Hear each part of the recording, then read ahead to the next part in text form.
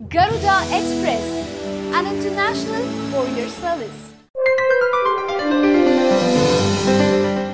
ప్రేమ పొంగి పొర్లిపోవడం అంటే ఇదేనేమో. 1000 కాదు 2000 కాదండి. అక్కడ ఓటర్ల పంట పండిపోతుంది. 10 నుంచి 15,000 రూపాయల దాకా ఒక్క ఓటుకి ఇస్తూ దేశంలోనే అత్యంత అవినీతి నియోజకవర్గంగా మార్చేస్తున్నారు తమిళ రాజకీయ నాయకులు అక్కడ రాజకీయాల్ని. ఒక్కొక్కరు ఎంత ఖర్చు పెడుతున్నారో తెలుసా? అవన్నీ మీరు లెక్కలు చూస్తే కంగు తినాల్సిందే. చూడండి. సాధారణంగా అసెంబ్లీ ఎన్నికలు వచ్చాయంటేనే నిధుల వరద పొంగుతుంటుంది. అదే ఉప ఎన్నికలైతే మరి కాస్త ఎక్కువ ఉండొచ్చు. కానీ తమిళనాడులో ఇంతకు ముందు దివంగత ముఖ్యమంత్రి జయలలిత ప్రాతినిధ్యం వహించిన ఆర్కే నగర్ ఉప ఎన్నిక విషయంలో మాత్రం డబ్బులు వరదలా కాదు ఉప్పెనలా పొంగుతున్నాయట.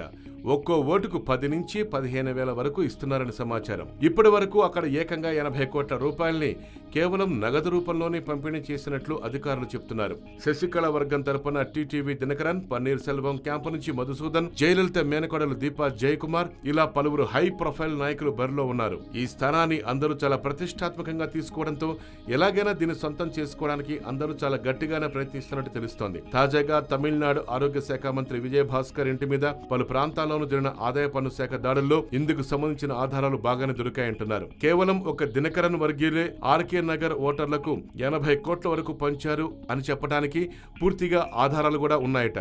ఈ లెక్కన ఇతర పార్టీలన్నీ కూడా కలుపుకుంటే ఎంత లేదన్నా కేవలం డబ్బు రూపంలోనే ఓటర్లకు దాదాపు 200 నుంచి 300 కోట్ల వరకు ముట్టాయని అనుకోవాల్సి ఉంటుంది. ఇక సోషల్ మీడియాలో ఒక వీడియో బాగా చక్కర్లు కొట్టింది. అందులో ఒక వ్యక్తి కొంతమందికి ఒక్కొక్కరికి 4,000 రూపాయల చొప్పున ఇస్తూ తప్పనిసరిగా టీటీవీ దినకరన్కి ఓటేయాలని కోరుతున్నాడట. ఈ వీడియో బయటకు వచ్చిన తర్వాతే ఆదాయ పన్ను శాఖ అధికారులు మంత్రి ఇంటి మీద, నటుడు శరత్ కుమార్ ఇంటి మీద దాడులు చేశారని అంటున్నారు. అయితే అమ్మ మీద ప్రేమతోనో, అమ్మ సీటు మీద ప్రేమతోనో మొత్తానికి ఆర్కే నగర్ ఓటర్ల పంట పండిపోతోంది. హాయ్ యోయో వ్యూవర్స్, సబ్స్క్రైబ్ చేసేటప్పుడు అక్కడ ఉండే గంట సింబల్ ను ప్రెస్ చేయడం మర్చిపోవద్దు.